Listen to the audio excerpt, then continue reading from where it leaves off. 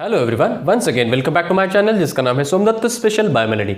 तो बच्चों, last time हमने law of dominance and law of segregation के बारे में देखा। अब हम देखेंगे लॉ ऑफ इंडिपेंडेंट असॉर्टमेंट। तो यहाँ पे ये जो लॉ होता है ये किसके ऊपर बेस्ड है? डायहाइब्रिड क्रॉस के ऊपर।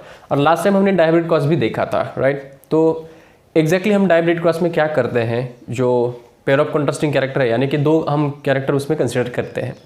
तो यहाँ पे हमें देखना है कि जो जीन होते हैं वो कैसे इंडिपेंडेंटली डिस्ट्रीब्यूट होते हैं, राइट? तो पूरा हम जब देखेंगे तो आपको हर एक चीज़ इसमें पता चलने वाली है, राइट? ओके, सो देखते हैं। तो आपको पता है हमने कौन सा डायहाइब्रिड क्रॉस में क्या लिया था, राइट? देखो, capital R capital Y, small R small Y small Y. तो देखो अभी ये जो है ये जीनोटाइप किसके हैं? डायहाइब्रिड क्रॉस के। देखो अभी इसको कैसे समझे, एक बच्चे जो होते हैं उनमें कन्फ्यूजन होती है। तो मैंने जैसे कि जेनेटिक टर्म्स में आपको क्लियर किया था, देखो ये कैपिटल आर है ना, तो ये एक पूरा जीन है, एक फैक्टर है। तो इस जीन के अलील क्या है? Capital are and capital R. इसको अच्छे से समझो, एक जीन है तो इसके pair of allele capital R. तो अभी देखो मैं क्या बताने वाला हूँ यहाँ पे, देखो अच्छे से देखो। अभी ये जीनोटाइप है, समझो, राइट? तो ये किसके लिए था? रेड के लिए था, ये किसके लिए था? राउंड के लिए। एंड ये किस लिए था? येलो के लिए। यहाँ पे हमने कितने कैरेक्टर कंसिडर किए थे, या फिर ट्रेड कितने हैं यहाँ पे? एक कैरेक्टर की बात करें तो एक शेप के लिए एंड दूसरा कलर के लिए, ठीक है ना? Seed shape and seed colour. तो ये तो हम डिटेल हमने डायहाइब्रिड क्रॉस में देखा है। अभी यहाँ पे इंडिपेंडेंट असॉर्टमेंट कैसे हमें समझना है, देखो इसके गैमेट क्या पढ़ेंगे बेटा? देखो कैपिटल आर, ठीक है, इसका कैपिटल वाई। होमोजाइगस कंडीशन है, एक सिंगल गैमेट लिखेंगे फिर भी चलेगा, small R and small Y, ठीक है। तो ये इसके हुए गैमेट, ठीक है बेटा। अभी देखो यहाँ पे हम वैसे तो हम इस जो डायहाइब्रिड क्रॉस होता है इसमें तीनों भी लॉ हम एक्सप्लेन हो सकते हैं यहाँ पे, या फिर स्टडी भी कर सकते हैं, ऐसी कोई बात नहीं। क्योंकि आपको यहाँ पे अभी पता चलेगा जब F1 जनरेशन आती है बेटा, तो F1 जनरेशन में क्या होगा? यहाँ पे देखो कैपिटल आर, देखो इस आर के साथ जाएगा, ठीक है ना, स्मॉल आर, और ये कैपिटल वाई और ये स्मॉल वाई, ठीक है। हाँ, तो F1 जनरेशन जो हुई है, इस F1 जनरेशन में देखो ये जो दो फैक्टर यहाँ पे दिख रहे हैं, दो जीन, तो इसमें एक पेयर ऑफ एलील है, हेट्रोजाइगस पेयर ऑफ एलील, यहाँ पे हेट्रोजाइगस पेयर ऑफ एलील। तो F1 जनरेशन में हमें क्या मिला है बेटा? ऑल कैसे मिले हैं? ऑल राउंड येलो, ठीक है ना, राउंड येलो। ये लास्ट टाइम भी हमने देखा था। अभी यहाँ पे कौन सा लॉ हो रहा है एक्सप्लेन? कौन सा लॉ आपको अंडरस्टैंड हो रहा है, बताओ? राइट, कौन सा? लॉ ऑफ डोमिनेंस, राइट, जो लास्ट टाइम हमने मोनोहाइब्रिड में भी देखा था। तो ऐसी कोई बात नहीं, आप हम डायहाइब्रिड में भी इसे देख सकते हैं, ठीक है। तो देखो अभी यहाँ से क्या होगा बेटा, इसमें हम क्या करते हैं? सेल्फिंग करते हैं। सेल्फिंग देखो, अगर हम सेल्फिंग को लेंगे, यही प्लांट अगर इसके साथ ही सेल्फिंग करेंगे, जैसे देखो हम यहाँ में यहाँ लिखता हूँ small Y capital R small R capital Y small Y. तो ये हमने सेल्फिंग के लिए। सेल्फिंग का मतलब होता है, देखो ये हम दो प्लांट नहीं लेते, इसी की सेल्फिंग करते हैं, ठीक है ना, यही प्लांट होता है। समझ में आ रहा है कुछ, राइट? तो देखो अभी अच्छे से देखो, बहुत ही ज़रूरी है आपको समझना, राइट? अभी सेल्फिंग के बाद होगा क्या? देखो यहाँ पे पेयर ऑफ एलील है और यहाँ पे भी पेयर ऑफ एलील है। तो एक फैक्टर यहाँ पे है, एक फैक्टर यहाँ पे है, राइट? तो सेल्फिंग के बाद देखो जब गैमेट यहाँ पे फॉर्म होंगे तब क्या होगा? ये आर, ठीक है, ये आर जो है ये किसके साथ जाएगा बेटा? कैपिटल वाई के साथ, ठीक है ना। तो यहाँ पे आपको इंडिपेंडेंट असॉर्टमेंट समझना जरूरी है, ठीक है ना। अब यहाँ पे गैमेट सेग्रीगेट होने वाले हैं, यानी यहाँ पे लॉ ऑफ सेग्रीगेशन भी होता है, एक्सप्लेन। तो अभी इंडिपेंडेंट असॉर्टमेंट क्या है? यहाँ पे जो पेयर ऑफ एलील है, यानी कि एक जीन, यहाँ पे एक जो पेयर ऑफ एलील है यानी कि एक जीन, तो ये डोमिनेंट एलील इन दोनों के साथ जा सकता है यानी जाता है। तो ये जो है देखो, अभी हम गैमेट इसके निकाल लेंगे तो आपको पता चलेगा capital can go with this, right, capital Y. This capital R also can go with small Y, right. So this is small Y. तो ये हुआ दूसरा फर्स्ट गैमेट, ये हुआ सेकेंड, राइट. देखो अभी यहाँ पे क्या हो रहा है देखो, राइट. यहाँ अभी अगर आप देखोगे अच्छे तरीके से, यहाँ पे पेयर ऑफ एलील का ये जो रिसेसिव है, रिसेसिव फॉर्म या रिसेसिव एलील है, ये भी इन दोनों के साथ जा सकता है.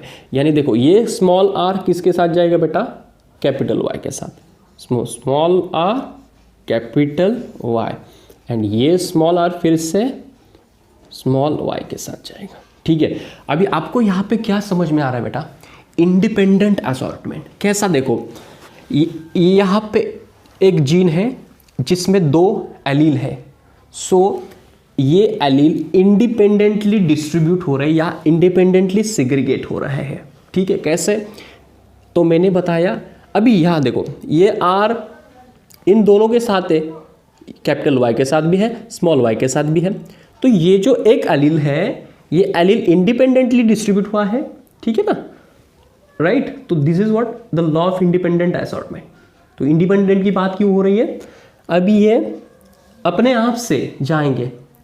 जैसे मानो जब माता पिता होते हैं, अपने बच्चे छोटे होते, ठीक है, तो कुछ होता नहीं है. बच्चे छोटे रहते तो खेलते हैं, बहुत सारे अच्छा सा चलता रहता है उनका. लेकिन जब बड़े हो जाते हैं तो क्या होते हैं, अपना कुछ बनाने के लिए वो सेपरेट होते हैं, या फिर उन्हें लगता है हम अब इंडिपेंडेंट बने. ठीक है ना, कितने दिन तक मम्मी पापा से हम पैसे लेंगे, राइट. तो हम क्या बनते हैं, इंडिपेंडेंट बनते हैं. ठीक है ना. तो वहाँ पे हम क्या होते हैं, इंडिपेंडेंट. तो यहाँ पे क्या हो रहा है, अभी ये भी जो एलील है ना, ये क्या हो रहा है, इंडिपेंडेंट है, दोनों के साथ जा रहा है. अगर ऐसा नहीं हुआ होता तो यहाँ पे आपको वैसा नहीं दिखता. इसका मतलब है देखो ये हेटेरोजाइगस कंडीशन है, तो गैमेट भी कैसे है, यहाँ पे हर एक गैमेट डिफरेंट है. समझो, जब यहाँ पे कंडीशन होती क्या है, जब क्रोमोसोम के ऊपर प्रेजेंट होते हैं एलील, ठीक है ना, डिफरेंट क्रोमोसोम के ऊपर, तो आफ्टर द मियोसिस, जब मियोसिस होता है तो क्रोमोसोम का नंबर रिड्यूस होता है. इसको अच्छे से ध्यान में रखो, राइट. ओके. अभी देखो ये हुआ इंडिपेंडेंट लॉस. इसके बाद ये भी वही कंडीशन है. इसमें क्या होगा बेटा, कैपिटल आर स्मॉल वाई के साथ जाएगा, वही, राइट. फिर कैपिटल आर स्मॉल वाई के साथ, ठीक है, फिर small R capital Y and फिर स्मॉल कैपिटल वाई. तो यहाँ पे जो आपको दिख रहा है ये गैमेट जो है, ठीक है ना, ये जो गैमेट है यहाँ पे आपको क्या हो रहा है, डिस्ट्रीब्यूट हो रहा है यहाँ दोनों भी. ठीक है ना. तो अगर हम प्यूनेट स्क्वायर से चेक करेंगे, लास्ट टाइम भी हमने प्यूनेट स्क्वायर से चेक किया था, तो प्यूनेट स्क्वायर में क्या होते हैं, फर्टिलाइजेशन के वक्त ये रैंडमली अरेंज होते हैं. इसके वजह से F2 जनरेशन में हमें 9331 का रेशो मिलता है, क्योंकि वहाँ पे 2 न्यू रिकॉम्बिनेशंस मिलते हैं, राइट. जैसे कि राउंड येलो तो मिलते हैं वहाँ, ठीक है, उसको अगर आपने अच्छे से देखा होगा तो आपको समझ में आएगा. राउंड येलो तो वहाँ पे मिलते हैं 9, ठीक है. येलो रिंकल्ड ग्रीन भी मिलते हैं 1, राइट. समझ में आ रहा है. तो उसमें न्यू कॉम्बिनेशन क्या है, प्यूनेट स्क्वायर में अगर आप देखोगे तो क्या थे न्यू कॉम्बिनेशन, उसमें क्या मिले थे आपको, रिंकल्ड ग्रीन भी मिला था, सॉरी यहाँ पे राउंड रिंकल्ड भी मिला था और राउंड ग्रीन भी मिला था. ठीक है ना, लास्ट टाइम. तो यहाँ पे क्या होता है, इंडिपेंडेंट असॉर्टमेंट यहाँ पे आपको समझ में आएगा, क्योंकि यहाँ पे जो जीन है उसमें जो 2 एलील है वो अपने आप से ये क्या करते हैं, इन दोनों के बीच ये जो 2 पेयर है एलील की, इनके साथ इंडिपेंडेंटली डिस्ट्रीब्यूट हो जाते हैं. ठीक है ना, या सिग्रीगेट हो जाते हैं. सो यहाँ पे हम लॉ ऑफ सिग्रीगेशन भी यहाँ पे हम समझ सकते हैं. और उसके बाद आता है लॉ ऑफ इंडिपेंडेंट असॉर्टमेंट. तो अगर हम इसको प्यूनेट स्क्वायर से चेक करेंगे तो क्या मिलते हैं, हमें 9331 का रेशो मिलता है. तो आपको क्लियर हुआ इंडिपेंडेंट असॉर्टमेंट. ओके. हाँ, क्या होता है, गलती होती है कि आपको समझ में नहीं आता. देखो समझो ये सर्कल एक जीन है, एक सर्कल एक जीन है और इसमें 2 एलील है, कैपिटल आर स्मॉल आर, ठीक है। ये एक सर्कल है जो जीन है, इसमें 2 एलील है, क्या इसमें जो 2 एलील है वो क्या है, कैपिटल वाई स्मॉल वाई। तो ये जो 2 जीन है, इस जीन के जो एलील है, ये एलील इसके साथ जा सकता है, मैं वही बोल रहा हूँ आपको। ये आर इस वाई के साथ जा सकता है बेटा, ये आर इस वाई के साथ जाता है और यही आर इस वाई के साथ जाता है। तो ये कंडीशन आपको समझ में आनी चाहिए, ओके। तो हर एक डिस्ट्रीब्यूट हो रहा है, इंडिपेंडेंटली असॉर्ट हो रहा है during gamete formation. So this is the law of independent assortment. But यहाँ पे अभी जो अगर हम प्यूनेट स्क्वायर से चेक करेंगे इसको, और भी प्यूनेट स्क्वायर से चेक करेंगे तो क्या होगा, देखो तो स्टेटमेंट क्या आएगा, देखो when F1 hybrid forms gamete, when F1 hybrid form gametes, these gametes or the gene distribute independently. This is the statement, right? Okay. So अब हम इसका जो है प्यूनेट स्क्वायर देखेंगे, क्योंकि प्रोजेमी फर्टिलाइजेशन के बाद ये क्या होते हैं, रैंडमली अरेंज होते हैं। नेक्स्ट देखते हैं कि कैसे प्यूनेट स्क्वायर में रैंडमली अरेंज्ड होते हैं आफ्टर द फर्टिलाइजेशन, जो भी वो फैक्टर है, राइट। आपको पता है जब हमने अभी भी देखा कि जब F1 हाइब्रिड हमें मिला तो F1 हाइब्रिड में क्या था, capital R small R capital Y small Y. तो देखो अभी यहाँ पे क्या होने वाला है, जो गैमेट फॉर्म होंगे कैपिटल आर, ठीक है ना, कैपिटल आर स्मॉल वाई, ये एक हुआ, ठीक है, ठीक है। उसके बाद capital R small Y, okay. तो ये रैंडमली क्या हो रहा है, सॉरी ये जो क्या हो रहा है, इंडिपेंडेंटली सेग्रीगेट हो रहा है, ऐसे भी बोल सकते हैं, या फिर इंडिपेंडेंटली क्या हो रहा है, ये स्मॉल आर, ये कैपिटल वाई, ठीक है, यही स्मॉल आर, ये स्मॉल वाई, ठीक है, ओके। इसको अच्छे से देखो बेटा, हाँ देखो अभी ये जो गैमेट है, राइट, ये जो गैमेट है ये हम प्यूनेट स्क्वायर से चेक करेंगे। आप अभी प्यूनेट स्क्वायर क्या है, लास्ट टाइम भी हमने देखा था, ठीक है। देखो अभी यहाँ पर हम इसके गैमेट लिखेंगे फीमेल के, एंड यहाँ पर हम डिनोट करेंगे मेल के गैमेट, राइट। तो देखो क्या होगा, यहाँ पे मेल के गैमेट होंगे, यहाँ पे फीमेल के गैमेट होंगे, ओके। तो प्रोजेनी के लिए 1 2 3 एंड 4, राइट। यहाँ पे भी 1 2 3 एंड 4, ठीक है। तो यहाँ पे जो हमें रैंडमली अरेंज होने वाली प्रोजेनी जो मिल रही है वो कैसे है, देखो capital R capital Y, capital R small Y, small R capital Y, small R small Y, वही दे यहाँ पे लिखेंगे, capital R small Y, small R capital Y, small R small Y. देखो बच्चों, देखो अभी लास्ट टाइम भी मैंने बताया था, लेकिन अभी यहाँ पे हमें सिर्फ इंडिपेंडेंट असॉर्टमेंट के लिए मुझे क्या लिखना है, यहाँ पे F2 जनरेशन में लिख रहा हूँ बेटा। F1 जनरेशन क्या थी हमारी, ये थी, इसमें गैमेट फॉर्म हुए, गैमेट कैसे हुए, सेग्रीगेट हुए, कैसे, देखो इंडिपेंडेंटली सेग्रीगेट हो रहे हैं यहाँ पे। अभी देखो यहाँ पे जो प्रोजेनी आने वाली है इसमें बहुत सारे कॉम्बिनेशन हमें मिल रहा है। तो कॉम्बिनेशन क्या है, देखो ये capital R capital Y capital Y. तो यहाँ पे देखो ये क्या है, हमें क्या मिले हैं, राउंड येल्लो, राइट। तो ऐसे भी बहुत सारे कॉम्बिनेशन हमें मिले थे यहाँ पे। अभी हम इसको पूरा करते हैं, देखो capital R capital Y small Y, ठीक है, capital R small R capital Y, उसके बाद capital R small R capital Y small Y, ठीक है। उसके बाद कैपिटल आर कैपिटल वाई। क्या होता है, हम जब लिखते हैं ना तो डोमिनेंट जो एलील है वो पहले लिखते हैं, तो ये ध्यान में रखो जब हम प्यूनेट स्क्वायर लिखते हैं तो, ठीक है। उसके बाद देखो कैपिटल आर स्मॉल वाई, ठीक है। उसके बाद capital R small R capital Y small Y, capital R small Y small Y, ठीक है। उसके बाद देखो अभी capital R small R capital Y, ठीक है। उसके बाद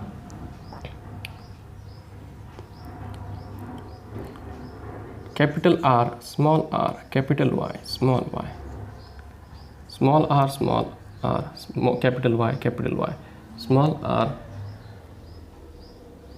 small r, capital Y small y, और capital R small r, capital Y small y। उसके बाद capital R small r small y small y, small r small r, capital Y small y, and small r small y small y small y। मुझे ये आपको किस लिए बताना है कि अगर हम देखेंगे तो यहाँ पे हमें न्यू कॉम्बिनेशंस मिल रहे हैं। न्यू कॉम्बिनेशंस का मतलब है, देखो कैपिटल R कैपिटल यहाँ पे जो है इसमें क्या है, राउंड येलो मैंने लास्ट टाइम भी बताया था। देखो यहाँ पे कितने हैं, 2 3 4 राइट, 5 6 7 8 एंड 9। तो राउंड येलो हमें कितने मिले थे, 9 मिले थे। तो देखो अभी यहाँ पे 9:3 को रेशो मिला था हमें round yellow right, round yellow या ठीक है, कितने मिले थे, 9 मिले थे लास्ट टाइम हमने देखे थे। अब हमें देखना है आगे का। देखो यहाँ पे क्या है, राउंड ग्रीन, ठीक है ना, राउंड ग्रीन। तो अभी यहाँ पे हम देखेंगे राउंड ग्रीन। मुझे पता है आपने चार्ट निकाला होगा, लेकिन हमें क्या करना है कि जो डिस्ट्रीब्यूट होते हैं ना, क्या डिस्ट्रीब्यूट क्या हो रहे हैं, ये जो गैमेट डिस्ट्रीब्यूशन की वजह से न्यू कॉम्बिनेशन मिल रहे हैं वही हमें चेक करनी है।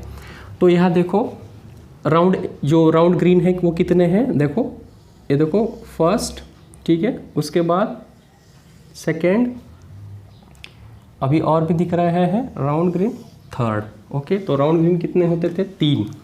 उसके बाद हम चेक करेंगे कि रिंकल्ड येलो कितने हैं, रिंकल्ड येलो, ठीक है। हाँ, अभी मैं ये रेड से डिनोट करता हूँ ऐसे सर्कल। तो यहाँ पे रिंकल्ड हमें क्या मिलेंगे, यहाँ पे रिंकल्ड येलो, यहाँ पे भी रिंकल्ड येलो, और यहाँ पे भी रिंकल्ड येलो, क्योंकि डोमिनेंट एलील है। लास्ट टाइम डाइब्रिड क्रॉस, अगर आपको मैंने लास्ट टाइम डाइब्रिड क्रॉस में पूरा डिटेल बताया था। तो यहाँ पे जो कॉम्बिनेशन आए ये 3, और लास्ट में का रहेगा, तो ये जो रिंकल्ड है इसको ऐसे ऐसे ऐसे करके दिखाता हूँ, ठीक है। तो ये जो लास्ट का रिकॉम्बिनेशन है, या फिर देखो पैरेंटल कैरेक्टर है, ये रिकॉम्बिनेशन नहीं है, तो इसको क्या बोलेंगे हम, रिंकल्ड ग्रीन। तो अगर आप देखोगे मैंने ये कब क्यों निकाला, क्योंकि इसी वजह है हमें 2 न्यू रिकॉम्बिनेशन मिल रहे हैं। ये हमें 2 क्यों मिल रहे हैं ऐसे, क्योंकि assort independently in independent assortment. Okay, समझ में आ रहा है। तो अभी देखो यहाँ पे जो कॉम्बिनेशन मिले हैं हमें 2, देखो कैपिटल R, ये भाई ये एक मिला है, ये एक मिला है, ठीक है, ये भी मिला है, ये भी मिला है। तो ये तीनों जो मिले हैं इसमें क्या हो रहा है, जो भी फर्टिलाइजेशन के वक्त जो भी यहाँ पे देखो सिग्रीगेट हुए ना, ये जो सिग्रीगेट हुए ना गैमेट्स, तो ये इंडिपेंडेंटली डिस्ट्रीब्यूट हो गए। इसके वजह से हमें डायहाइब्रिड क्रॉस में रिकॉम्बिनेशन मिल रहे हैं, राइट। तो इसकी वजह कौन है, इंडिपेंडेंट असॉर्टमेंट। समझ में आ रहा है, ठीक है। तो यहाँ पे हमने इंडिपेंडेंट असॉर्टमेंट को देखा। अब यहाँ पे एक बात आपको याद रखनी है, बात याद रखनी है, वो क्या है कि जब आप यहाँ पे ये जो इंडिपेंडेंट असॉर्टमेंट लॉ है वो यूनिवर्सली एप्लीकेबल नहीं हुआ है।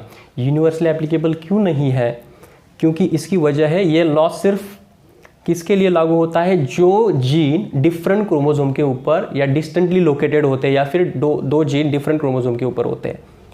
जब क्रॉसिंग ओवर होती है तब ये लागू होता है। लेकिन एक ही क्रोमोसोम के ऊपर बहुत सारे जीन होते हैं, एक ही क्रोमोसोम के ऊपर हंड्रेड्स ऑफ जीन होते हैं, तो वहाँ पे जो लिंक में होंगे वो डायरेक्टली पास हो गए दूसरे, या फिर डायरेक्टली इनहेरिट हो गए। तो यहाँ ये जो है ना, इसका एक्सेप्शन क्या है, linkage. So linkage is the exception of the independent assortment. तो लिंकेज क्या है ये भी हम आगे देखने वाले हैं। तो ये इसको ऐसे ध्यान रखना है कि ये जो लॉ है ये यूनिवर्सली एप्लीकेबल नहीं है, ठीक है ना। सिर्फ क्रॉसिंग ओवर के जब क्रॉसिंग ओवर होती है तभी ये एप्लीकेबल होता है, तो ये याद रखना है। ठीक है, समझ में आ रहा है? हाँ, तो ये बातें थी।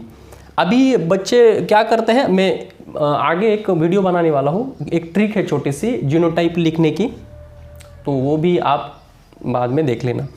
तो इसमें जो जीनोटाइप लिखते हो ना आप, जीनोटिक रेशो, तो उसमें जीनोटाइप भी लिखने होने चाहिए।